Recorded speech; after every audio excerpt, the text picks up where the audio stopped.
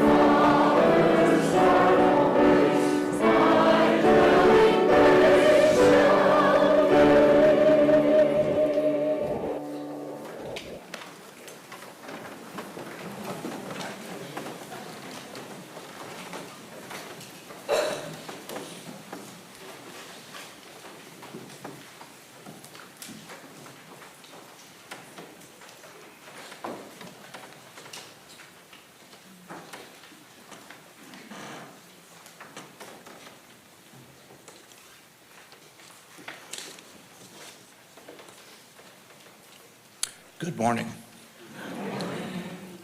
Our passage this morning comes from the book of 1 Kings, chapter 19, different portions of it. It relates to the life, part of the life of the prophet Elijah. Now Ahab King Ahab told Queen Jezebel everything Elijah had done and how he had killed all the prophets with a sword. So Jezebel sent a messenger to Elijah to say, "May the gods deal with me, be it ever so severely, if by this time tomorrow I do not make your life like one of them."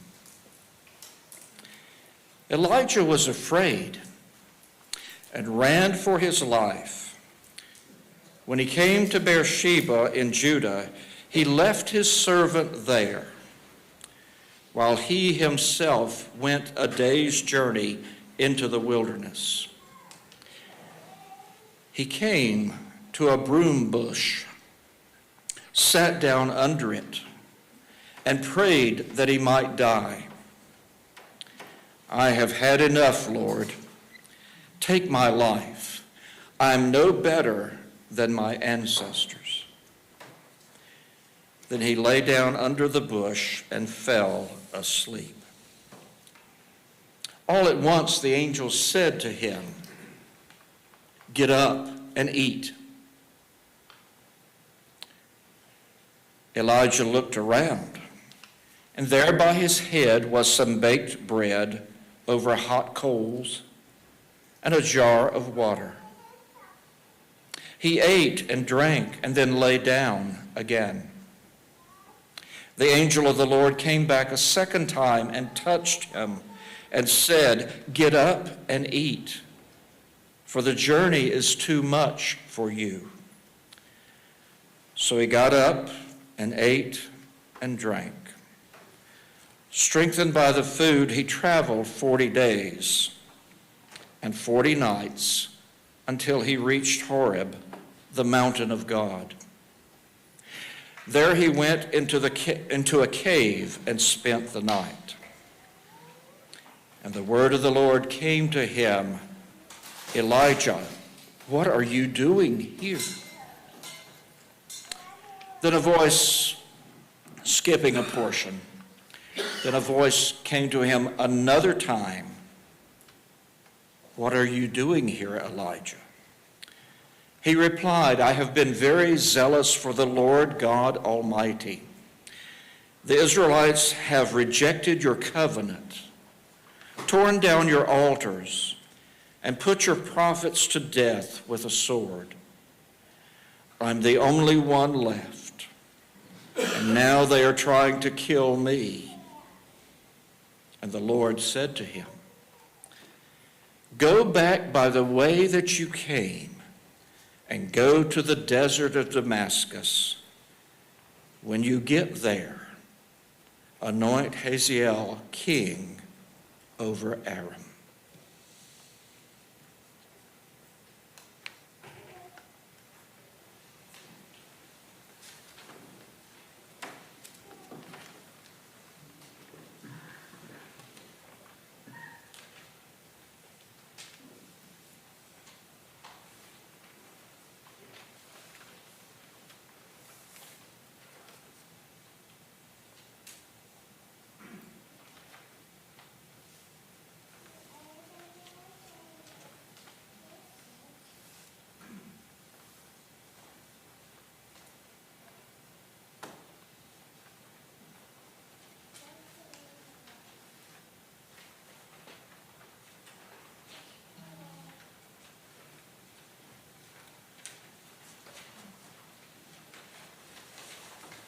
Good morning. I'd like you to sing along, if you'd like, with the chorus, which is printed on the back of the bulletin. And I'll just demonstrate the melody. Wrong key. I'd rather live by the side of the road and try to point souls to the blessed abode than to be a king or a millionaire and live in mansions in bright array. I'd rather do a neighborly neighborly deed for some traveler or friend in need. I'd rather live by the side of the road and help some pilgrim on long life's way.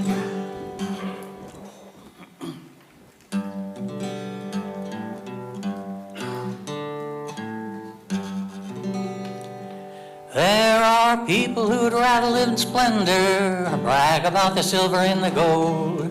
People who trade God's promise for His glory to hold.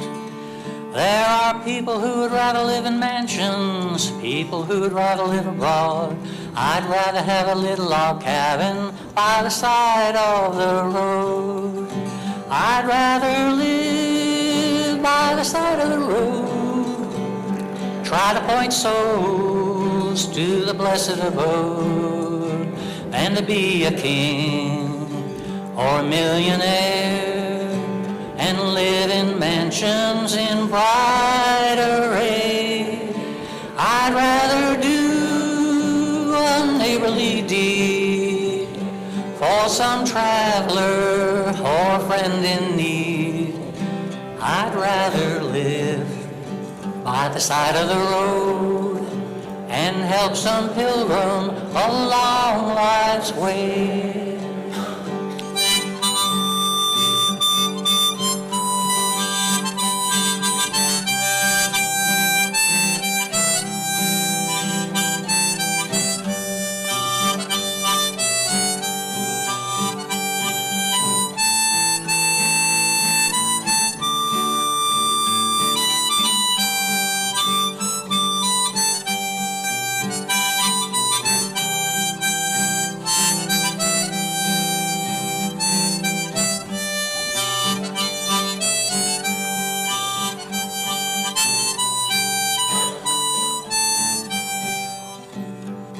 I'd rather have a cabin by the roadside for the pilgrimage of many passing by.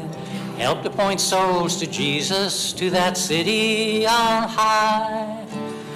Every day I want to help to scatter roses. Every night I point my light to shine a bright, with a welcome from a little bay window by the side of the road. I'd rather live by the side of the road and try to point souls to the blessed abode, than to be a king or a millionaire and live in mansions in bright array. I'd rather do a neighborly deed for some traveler or a friend in need. I'd rather live by the side of the road and help some pilgrim along life's way.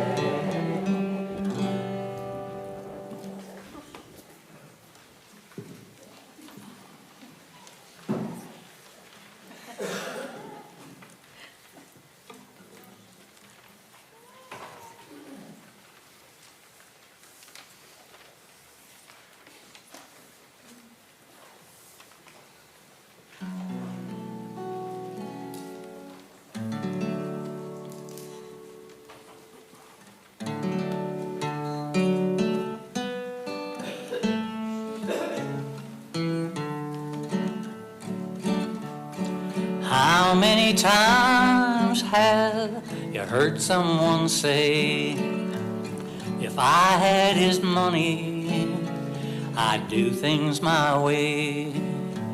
But little they know, it's so hard to find one rich man in 10 with a satisfied mind. Once I was waiting in fortune and fame, everything that I dreamed of to get a start in life's game. But suddenly it happened, I lost every dime. But I'm richer by far with a satisfied mind.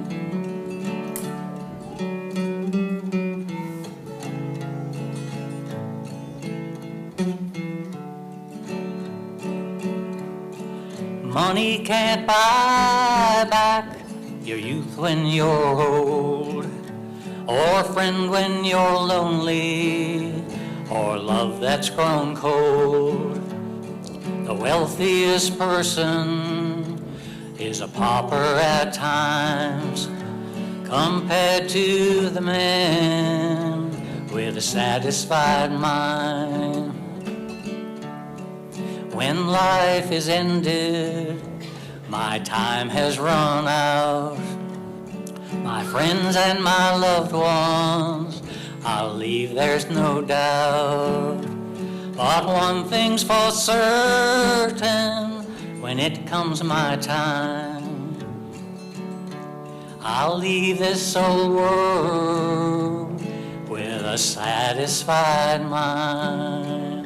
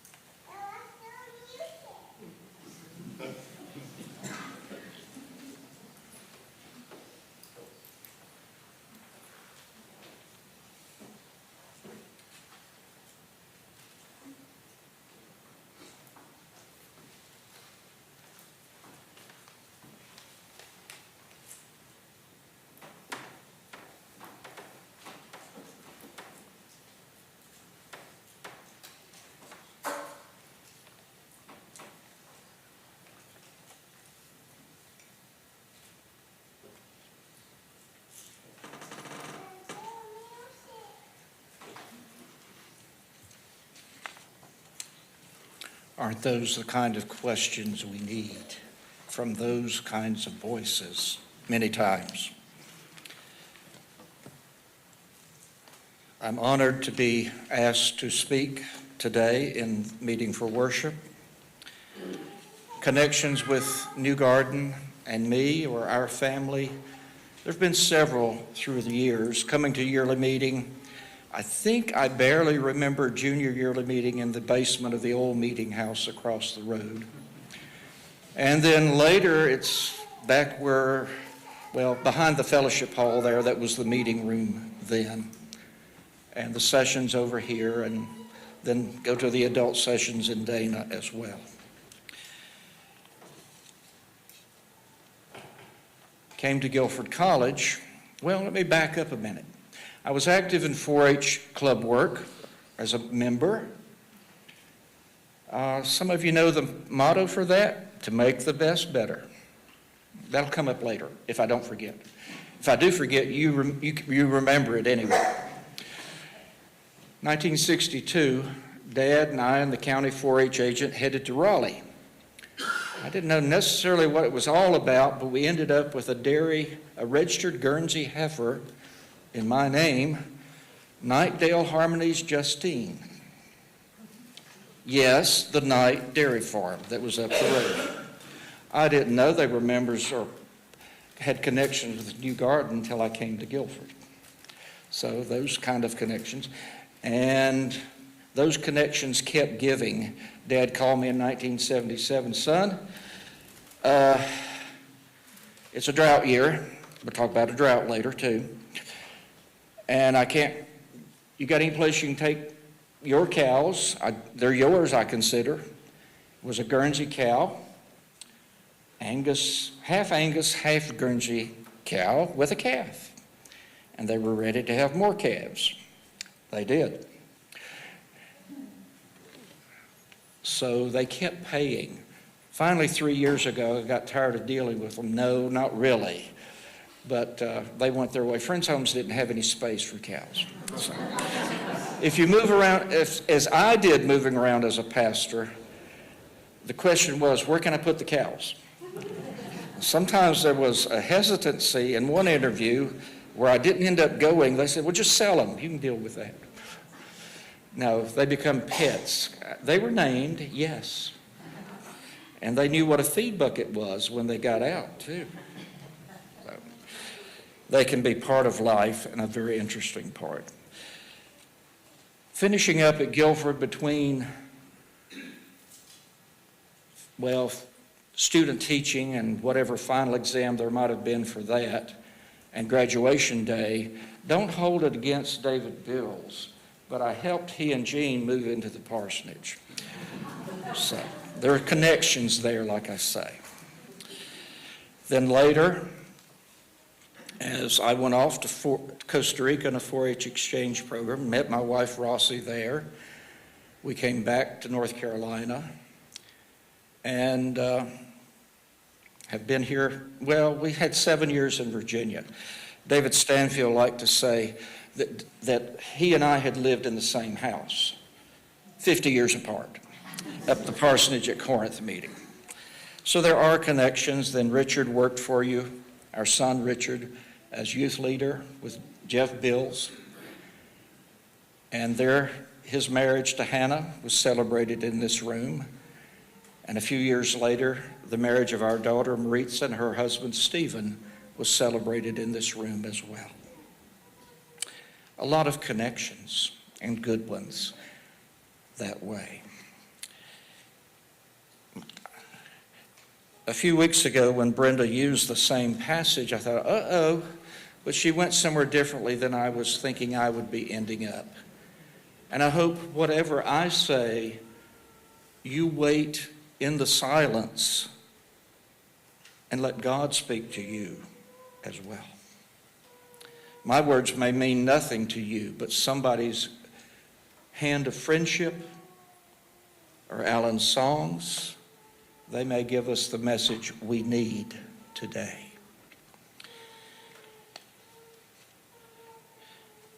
I understand Bertrand Russell made a quote one time. The fundamental cause of the trouble that is in the modern world, the stupid are cocksure, while the intelligent are full of doubt. Somebody paraphrased that to say the problem with the world is that fools and fanatics are so sure of themselves, while the wise are full of doubt. Then, as a general rule, I think you can trust the statement of my topic. It's not about you. People can be fascinating. As someone mentioned earlier, another Sunday ago, it's interesting to sit up front and watch you come in. Well, it's interesting to sit about in the middle, right behind Mary Jane, where I often sit. It's interesting that way, too. And as we gather in the beautiful music that Andy usually shares with us, to relax and let God speak to us. We have different ways of seeing people. Albert Einstein's been quoted as saying, there are only two ways to live your life. One as though nothing is a miracle, the other as though everything is. I tend to agree with that latter statement. Groucho Marx reportedly said there are two kinds of people in the world. Those that divide everybody into two kinds of people and those who don't.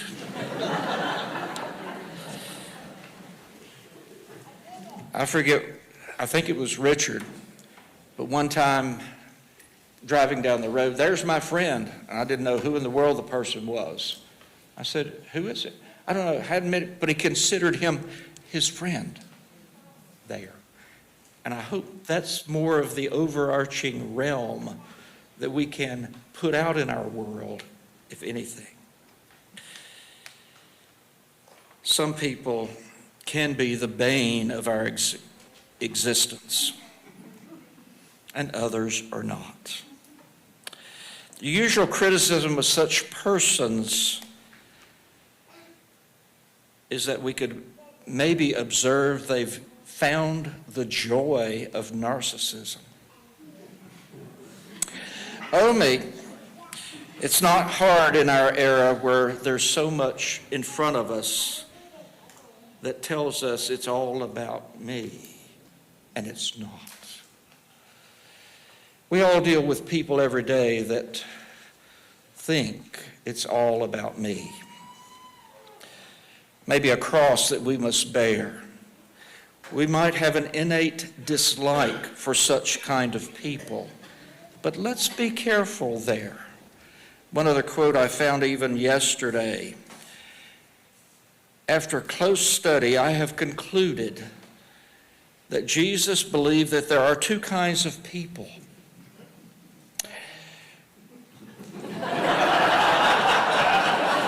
I've got my hearing aid in, but I didn't hear it. They're your neighbors, and he calls us to love them. They're your enemies, and he calls us to love them. Those who follow Jesus know that our temporal lives are not all about us, but about someone else. One of the striking things about the four Gospels is almost immediately we see God trying to be in touch and talking with those he had created. Then, as we look through later points of time, we see the person like John the Baptist, who certainly doesn't think it's all about him. He is a powerful speaker, a powerful personality, yes. But he knew his role was to point to Jesus. It was about being a witness to something more important than himself. So with that little bit, we turn to Elijah, probably one of the most famous Old Testament characters as a prophet. And we see him coming forth not just in the Old Testament, but if you remember the story of the transfiguration of Jesus, there also was Elijah along with Moses. John the Baptist was not accused, but people wondering, is this Elijah come back to life? So we turn to Elijah perhaps at one of the low moments of his life. A perfect example of how narcissism can mess you up. That passage from 1 Kings, and I hope you will read the whole passage because I skipped some that I will allude to and talk about. But Scripture itself can speak to us. That's why I always try to include it. And if nothing else, it may be better than anything I say. So we find Elijah after the triumphant encounter with the disciples, the prophets of Baal, in an encounter where he calls down fire and kills all the prophets. He wouldn't have made a good Quaker, I'm afraid. But he's there. He's in his world in that day and that time. So let's look what we can learn from his experience. With all that had gone on, perhaps Elijah wrongly started to believe that this ministry thing he was doing was all about him. Even King Ahab, in his breathless recounting to Queen Jezebel, highlighted the prophet's role. He told her all that Elijah had done, how he had killed all the prophets with the sword. Kill 450 prophets. You know, Elijah could get the big head, couldn't he? Not a good one, but could get it. Call down rain after 3 years of drought. I started to worry back in the spring how little rain we had. At least I didn't have any cows to feed right now, but the farmers that were out there, I could worry about them. Costa Rica had a drought year the year I was there. That meant we skipped a rainy season, so you had a dry season, a non-rainy wet season, and another dry season. I thought I'd never see the world look as bad. I think about 2002 when here in Greensboro we were desperate for water. It still didn't look as bad as there. There, Elijah told Ahab there's going to be a 3-year drought. And here he comes to confront the prophets of Baal in that mighty encounter. And he calls down rain and lightning to set the drowned altar on fire. And it happened. So, it was quite a show. Elijah was front and center. Perhaps he felt entitled until the wicked queen of the north, in a fiery rage, said, in 24 hours, I'll have you dead. And with all the bravado gone, Elijah disappears faster than leaven at Passover. He's running south. He goes south. When God questions him, what are you doing here? Elijah's response is telling. Things have gone against him. He alone is left in Israel to worship Yahweh. The moment highlights a subtle but dangerous trap. The tendency to make ourselves the center of the story. Elijah's complaint, I've been very zealous for the Lord God Almighty. The Israelites have abandoned your covenant. I'm the only one left. That reflects a narcissistic narrative where he is the principal player and an indispensable one at that. I'm serving you and I'm the only one left. We might be surprised to know that God doesn't care if we've been the elder brother working faithfully on the farm, or if we devote 20 or 30 hours a week to charity work, to helping our neighborhood. If you give more faithfully than anyone else, what God really wants to know, are you able to hear the sheer silence? Or as the King James puts it, the still small voice. God wanted conversation, as I said, and fellowship with Adam and Eve. God's desire for us to be in dialogue and in relationship with him is constant if we really read through the Scriptures. The Gospels have Jesus repeatedly saying something to the effect that those who have ears should listen. Even more to the point, there in Revelation chapter 3, verse 20, there is a written picture of Jesus at the door of our house, of our hearts, knocking and saying, if you hear my voice and open the door, I will come in with you, eat with you, and you with me. But Elijah had forgotten. He had forgotten that it was all about God, not us. Part of Elijah's despair, and often the despair that we might feel in certain situations, stems from his assumption that the success of God's mission depends solely on him. He clearly views himself as the sole faithful prophet, magnifying his role and minimizing God's sovereignty. There are several components to this despair that can be part of any of our lives in a moment of being down, depressed. The self-pity, the exhaustion and the need for sleep, the exaggerated sense of self-importance, the sense of futility. I can't do anything. Let me die. Let me be gone.